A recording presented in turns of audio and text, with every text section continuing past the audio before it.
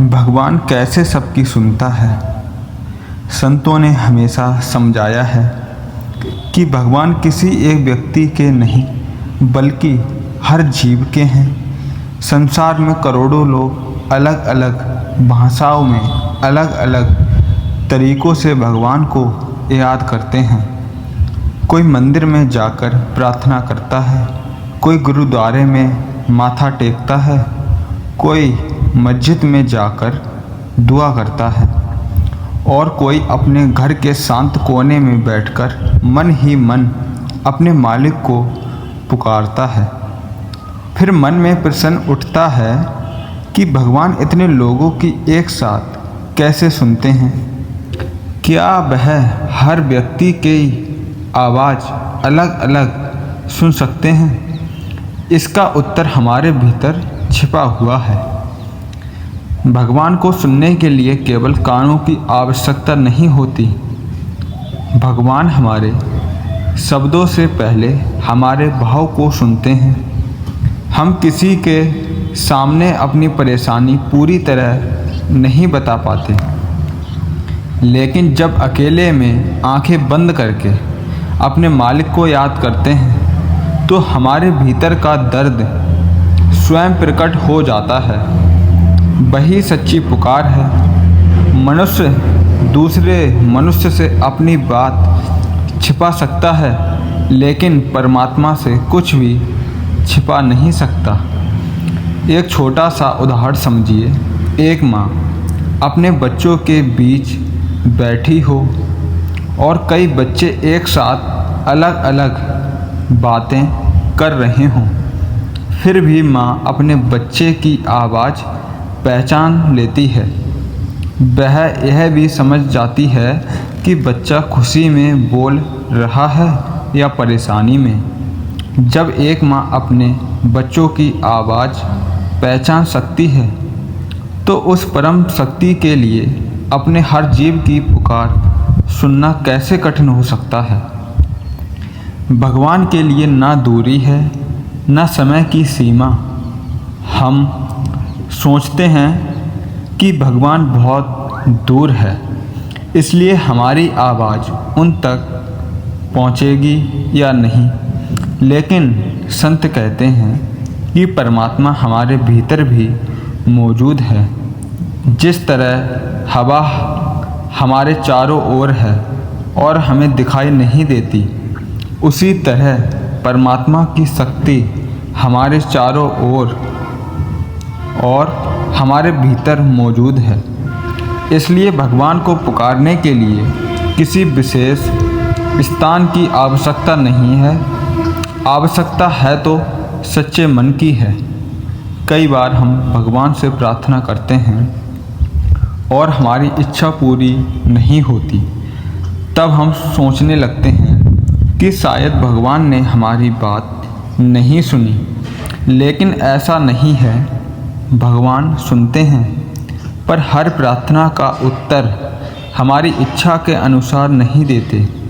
एक छोटा बच्चा यदि आग से खेलने की जिद करे तो माँ उसकी जिद पूरी नहीं करती। इसका अर्थ यह नहीं कि माँ बच्चे की बात नहीं सुन रही। वह इसलिए मना करती है क्योंकि वह बच्चे के लिए नुकसानदायक है। बात को समझती है। इसी प्रकार हम जीवन में कई चीज़ों के लिए प्रार्थना करते हैं। हमें लगता है कि यही चीज़ हमारे लिए सबसे अच्छी है, लेकिन परमात्मा हमसे अधिक जानते हैं। कभी हमारी इच्छा पूरी हो जाती है, कभी देर से पूरी होती है और कभी पूरी नहीं होती।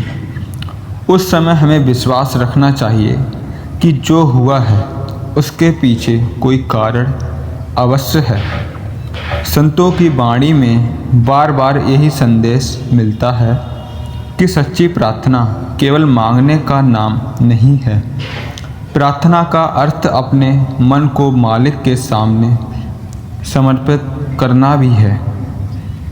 हम अक्सर भगवान के पास अपनी इच्छाओं की लंबी सूची लेकर जाते हैं, धन चाहिए, सुख चाहिए, बीमारी दूर हो, काम सफल हो, परिवार में सब ठीक रहे। लेकिन सच्ची भक्ति तब शुरू होती है जब हम कहते हैं, हे मालिक, मुझे वही देना जो मेरे लिए वास्तव में अच्छा है और मुझे अपने चरणों से कभी दूर मत करना।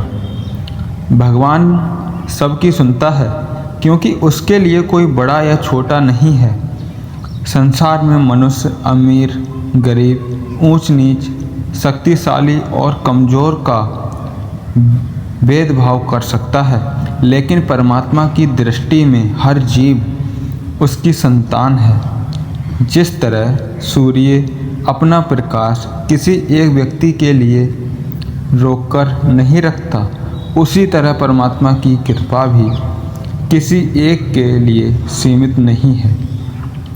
एक और सुंदर बात यह है कि कई बार भगवान हमारी प्रार्थना का उत्तर किसी व्यक्ति के माध्यम से देते हैं। हम दुखी होते हैं और अचानक कोई ऐसा व्यक्ति हमारी सहायता कर देता है जिसकी हमने उम्मीद भी नहीं की थी। हमें लगता है कि यह संयोग था, लेकिन भक्त इसे मालिक की कृपा मानते हैं। कभी किसी के मुंह से निकला एक छोटा सा वाक्य हमारे जीवन की दिशा बदल देता है। कभी किसी कठिन परिस्थिति से बच जाना भी एक उत्तर होता है।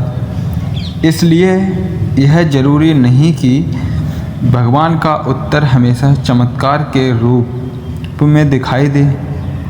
कभी उत्तर धैर्य के रूप में आता है, कभी सही समय के रूप में, कभी किसी अच्छे इंसान के रूप में और कभी किसी ऐसी घटना के रूप में जो हमें जीवन की कोई बड़ी सीख दे जाती है।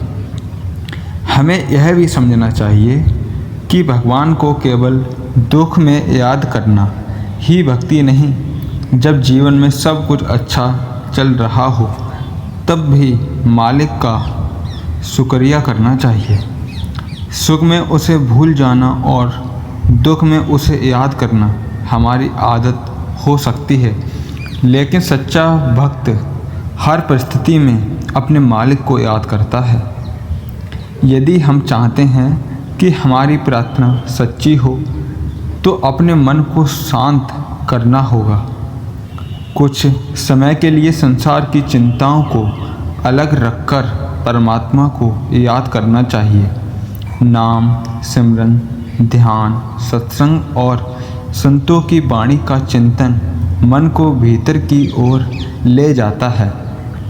धीरे धीरे मनुष्य को अनुभव होने लगता है कि जिससे वह बाहर खोज रहा था उसकी उपस्थिति तो उसके भीतर ही थी। अंत में बात इतनी सी है कि भगवान सबकी सुनता है क्योंकि वह सबका मालिक है। उसे हमारी ऊंची आवाज़ की आवश्यकता नहीं है। वह हमारे मन की उस आवाज़ को भी सुनता है जिसे हम शब्दों में व्यक्त नहीं कर पाते। हमारी आँखों से निकला एक आंसू, दिल से निकली एक आह और प्रेम से लिया गया उसका नाम, सब उसके सामने पहुंचता है। इसलिए जब जीवन में कोई कठिनाई आए तो यह मत सोचिए कि भगवान ने हमें छोड़ दिया है। शांत होकर उसे याद कीजिए और विश्वास रखिए कि मालिक सुन रहा है। उसका उत्तर हमारी इच्छा के अनुसार आए या उसकी इच्छा के अनुसार, लेकिन उसकी नज़र हम पर हमेशा रहती है। सच्ची भक्ति यही है कि हम अपनी पुकार के साथ अपना विश्वास भी उसके चरणों में रख दें। जब मनुष्य कहता है मालिक अब सब कुछ तेरे हाथ में है, तभी उसके भीतर एक ऐसी शांति जन्म लेती है जिसे संसार की कोई वस्तु नहीं दे सकती। यही विश्वास इंसान को मजबूत बनाता है और यही विश्वास उसे परमात्मा के करीब ले जाता है।